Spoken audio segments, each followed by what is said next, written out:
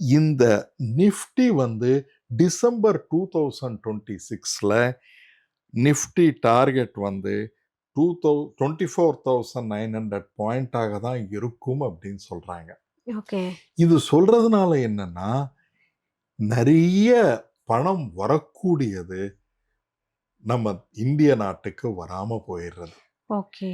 அதே போல இந்த இந்த ஒரு 2 மாசத்துல நமக்கு வந்து ஃபாரின் இன்வெஸ்டர்ஸ் நிறைய பேர் இந்த நாட்டை விட்டு போயிட்டாங்க.